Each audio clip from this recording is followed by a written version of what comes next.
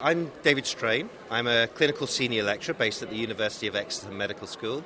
I'm actually by training a geriatrician, but I do lots of work in diabetes and vascular research and have been involved in the development of diabetes guidelines in older adults, as well as doing lots of work in the community with general practitioners working for diabetes.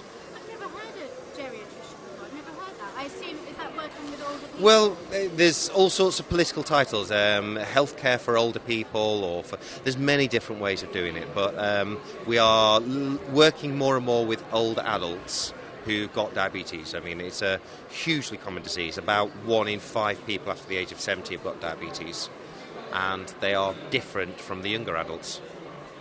Right, let's talk about the debate first. Okay. Tell me about the key points that came up.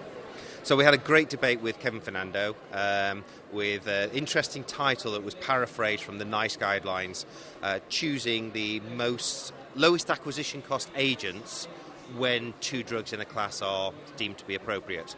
And the key element that actually Kevin and I both agreed on is firstly making sure we get our patients' individualised needs assessed appropriately. Every patient will have different needs and therefore will need different drugs. But once we've decided on which class of drugs they want to have, in many classes there is lots of evidence that says they are very, very similar. And when we have similar evidence, we should then go for the one with the lowest acquisition cost. But it's very important. I'm not saying we should choose drugs based on price alone. We should individualise the care according to what group of drugs.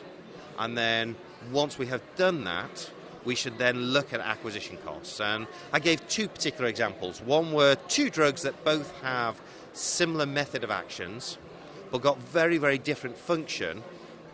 So despite one being 20% cheaper, you would still use the better one because the HbA1c differences, the weight loss differences were very similar. I then looked at a different example with the DPP4 inhibitors as a class.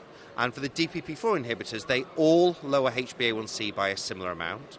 They've all got very similar evidence when it comes to cardiovascular protection, or actually DPP4's cardiovascular neutrality. And in that particular example, once you've made the decision to use a DPP4 inhibitor for a patient, choosing one particular drug is 20% cheaper than another. I gave the example that if we had an 85% uptake of the cheaper drug over the more expensive, where the DPP4 was going to be used anyway, the cost saving in the health service would be about £35 million a year. And we looked at it over a 3-year basis. That equates to around 500 extra nurses per year trained and supported for the period. And the outcome really is, were you going to use a drug and they're all the same, cheaper agents within the class will translate to more staff in order to provide better care for all of our patients. And were you surprised by the outcome of the debate? Well, actually, the most surprising thing was how little people changed. The end of the debate at the start of the debate it was 70% to 30%, give or take. The end of the debate it was 70% to 30%, which means the key outcome of the debate was people were still asleep and hadn't bothered changing their minds. But it was good fun, and it was great having a chat with Kevin. I mean, Kevin is such an amazing speaker, so talking with him, having a bit of general banter, and I have to say he did pull a very dirty trick that he quoted me in his argument for why he should be winning. That is a dirty trick as far as I'm concerned. Okay, well, yes, that's Kevin for you, I suppose. That's amazing. We had a lot on stake, though. We had already, if you'd seen it on Twitter, we were already having banter about the whole thing, that whoever won the debate got to choose the outfit for next year's DPC. And there was a real risk of me turning up in tartan if he'd have won. So I'm glad the neutrality. Let's talk about DPC as a whole. What do you think of DPC? So this is my 5th year at DPC, is that right? Yeah? 5 years going? Yeah, 5th year at DPC. And actually it is one of the best conferences I attend throughout the year. In the UK it undoubtedly is the best. It is not pretentious, it is aiming to do exactly what we want to do. We are talking about practical implications, we're talking about how to apply differences across all the different areas. It collects a whole group of like-minded speakers that are all interested in just getting on with and improving care for people with diabetes. And the audience is tremendous. I mean, I've just done a small workshop with over 140 people turned up there, all really engaged, all talking about stuff that's important to their patients.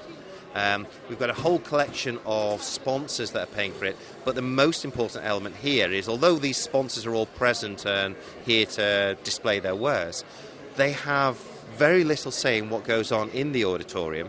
And when it comes to speakers, we are able to talk about the important stuff that is important for us and important for our patients.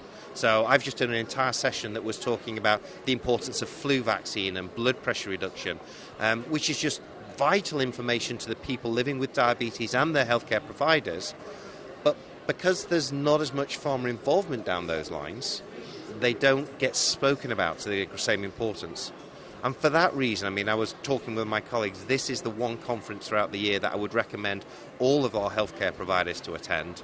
And I'm very happy to be, in fact, proud to be invited back to speak at these meetings. Well, there's soundbite after soundbite in there, isn't there? Wonderful. Thank you very much. You're very welcome. Incidentally, thank you.